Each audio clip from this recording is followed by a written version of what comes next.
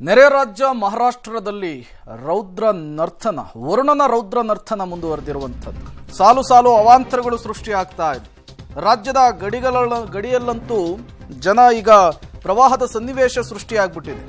ಸೇತುವೆಗಳು ಸಂಪೂರ್ಣವಾಗಿ ಜಲಾವೃತವಾಗಿದೆ, ಗ್ರಾಮಗಳ ಸಂಪರ್ಕ ಕಟ್ಟಾಗಿದೆ. ಕೃಷ್ಣಾ ನದಿಯ ಅಬ್ಬರಕ್ಕೆ ಮತ್ತೆ ನೆರೆಯ ಭೀತಿ ಆವರಿಸಿರುವಂಥದ್ದು.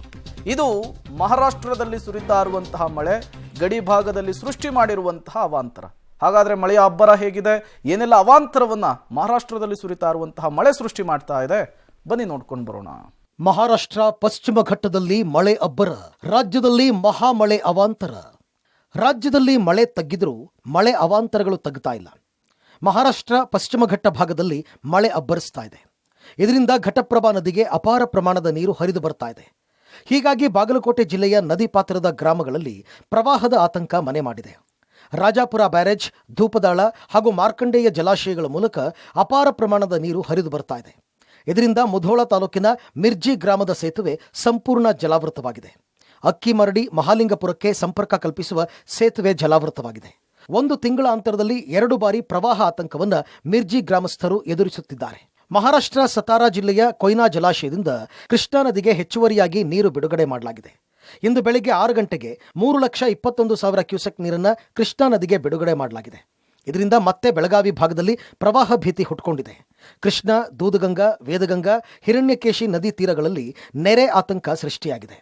ಚಿಕ್ಕೋಡಿ ಉಪವಿಭಾಗ ವ್ಯಾಪ್ತಿಯಲ್ಲಿ ದೂದಗಂಗಾ, ಕೃಷ್ಣಾ, ಹಿರಣ್ಯಕೇಶಿ, ವೇದಗಂಗಾ ನದಿ ಅಡ್ಡಲಾಗಿ ನಿರ್ಮಿಸಿರುವ 8ಕ್ಕೂ ಹೆಚ್ಚು ಸೇತುವೆಗಳು ಜಲಾವೃತವಾಗಿದೆ. ಕೃಷ್ಣಾ ನದಿಗೆ ಸದ್ಯ 1,27,000 ಕ್ಯೂಸೆಕ್ ನೀರು ಹರಿದು ಬರ್ತಾ ಇದೆ. ಇನ್ನು ಮೊದಲ ಪ್ರವಾಹ ಬಂದಾಗ ಅಲರ್ಟ್ ಆಗಿದ್ದ ಬೆಳಗಾವಿ ಜಿಲ್ಲಾಡಳಿತ ಸದ್ಯ ನಿರ್ಲಕ್ಷ್ಯ ಧೋರಣೆಯನ್ನು ಅನುಸರಿಸ್ತಾ ಇದೆ. ಹುಕ್ಕೇರಿ ತಾಲೂಕಿನ ಹಿರಣ್ಯಕೇಶಿ ನದಿ ಉಕ್ಕಿ ಹರಿತಾ ಇದ್ದರೂ ಅದೇ ನೀರಿನಲ್ಲಿ ಅಪಾಯ ಲೆಕ್ಕಿಸದೆ ಜನರು ಸಂಚಾರ ಮಾಡ್ತಾ ಇದ್ದಾರೆ. ಅಪಾಯ ಮಟ್ಟ ಮೀರಿ ನದಿಗಳು ಹರಿಯುತ್ತಿರುವ ಕಾರಣ ಸದ್ಯ ನದಿ ತೀರದ ವಸತಿ ಪ್ರದೇಶಗಳಿಗೂ ನದಿಗಳ ನೀರು ನುಗ್ಗುವಂತಾಗಿದೆ. ಮಹಾರಾಷ್ಟ್ರದ ಪಶ್ಚಿಮ ಘಟ್ಟ ಪ್ರದೇಶಗಳಲ್ಲಿ ಮಳೆ ನಿರಂತರವಾಗಿ ಸುರಿಯುತ್ತಿರುವ ಪರಿಣಾಮ ಚಿಕ್ಕೋಡಿ ಉಪವಿಭಾಗ ವ್ಯಾಪ್ತಿಯಲ್ಲಿ ಮತ್ತೆ ಪ್ರವಾಹದ ಆತಂಕ ನಿರ್ಮಾಣವಾಗಿರುವಂಥದ್ದು. ಕೃಷ್ಣಾ, ದೂದಗಂಗಾ, ವೇದಗಂಗಾ ಹಾಗೂ ಹಿರಣ್ಯಕೇಶಿ ನದಿಗಳು ಅಪಾಯ ಮಟ್ಟವನ್ನು ಮೀರಿ ಹರಿತಿರುವಂಥದ್ದು. ಕೆಲ ದಿನಗಳ ಹಿಂದೆ ಅಷ್ಟೇ ಈ ನದಿಗಳಲ್ಲಿ ಪ್ರವಾಹ ತಗ್ಗಿತ್ತು, ಆದರೆ ಈಗ ಮತ್ತೆ ಪ್ರವಾಹದ ಸ್ಥಿತಿ ನಿರ್ಮಾಣವಾಗಿರುವಂಥದ್ದು.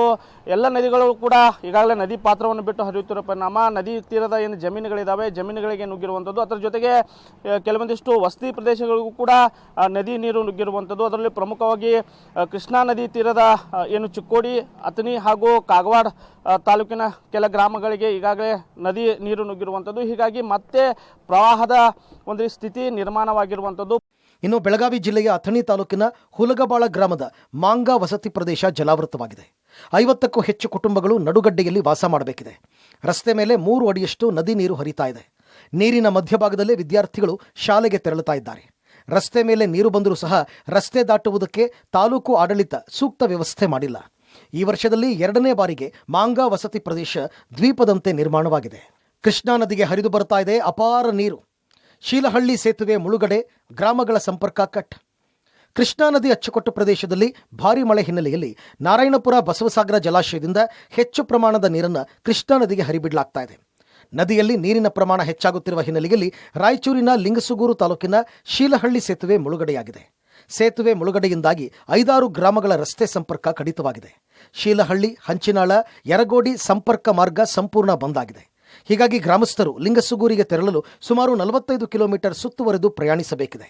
ನದಿ ನೀರಿನ ಪ್ರಮಾಣ ಹೆಚ್ಚಾಗುತ್ತಿರುವುದರಿಂದ ನದಿ ಪಾತ್ರಕ್ಕೆ ತೆರಳದಂತೆ ಗ್ರಾಮಸ್ಥರಿಗೆ ಜಿಲ್ಲಾಡಳಿತ ಎಚ್ಚರಿಕೆ ನೀಡಿದೆ. ಇನ್ನು ಮೀನುಗಾರಿಕೆಗೆ ತೆರಳಿದ್ದ ದೋಣಿ ಮಗುಚಿ ಮೀನುಗಾರ ನಾಪತ್ತೆಯಾದ ಘಟನೆ ಉತ್ತರ ಕನ್ನಡ ಜಿಲ್ಲೆ ಕುಮಟಾ ತಾಲೂಕಿನ ಅಘನಾಶಿನಿ ಗ್ರಾಮದ ಬೇಲೆಕಾನ್ ಬಳಿ ನಡೆದಿದೆ. 37 ವರ್ಷದ ವಿನೋದ್ ಅಂಬಿಗ ನಾಪತ್ತೆಯಾದ ಮೀನುಗಾರ. ಇಂದು ಬೆಳಗ್ಗೆ ಮೀನುಗಾರಿಕೆಗೆ ತೆರಳಿದ್ದ 3 ಸಹೋದರರು ಮೀನುಗಾರಿಕೆ ನಡೆಸುತ್ತಿರುವಾಗ ಅಲೆಗಳ ಅಬ್ಬರಕ್ಕೆ ದೋಣಿ ಪಲ್ಟಿಯಾಗಿದೆ. ಈ ಸಂದರ್ಭದಲ್ಲಿ ಉಮೇಶ್, ಸುರೇಶ್ ಈಜಿ ದಡ ಸೇರಿದ್ದಾರೆ. ಆದರೆ ವಿನೋದ್ ಈಜಲಾಗದೆ ಅಲೆಗೆ ಕೊಚ್ಚಿ ಹೋಗಿದ್ದಾನೆ. ಸ್ಥಳೀಯ ಮೀನುಗಾರರು ಹಾಗೂ ಕರಾವಳಿ ಕಾವಲು ಪಡೆಯಿಂದ ಶೋಧ ಕಾರ್ಯ ಮುಂದುವರೆದಿದೆ. ಘಟನೆ ಸಂಬಂಧ ಗೋಕರ್ಣ ಠಾಣೆಯಲ್ಲಿ ಪ್ರಕರಣ ದಾಖಲಾಗಿದೆ. ಒಟ್ಟಾರೆ ರಾಜ್ಯದಲ್ಲಿ ಮಳೆ ಅಬ್ಬರ ತಗ್ಗಿದ್ರೂ ಮಹಾರಾಷ್ಟ್ರದಲ್ಲಾಗುತ್ತಿರುವ ಮಳೆಯಿಂದಾಗಿ ಅವಾಂತರಗಳು ಸೃಷ್ಟಿಯಾಗ್ತಾ ಇವೆ. News desk, public TV.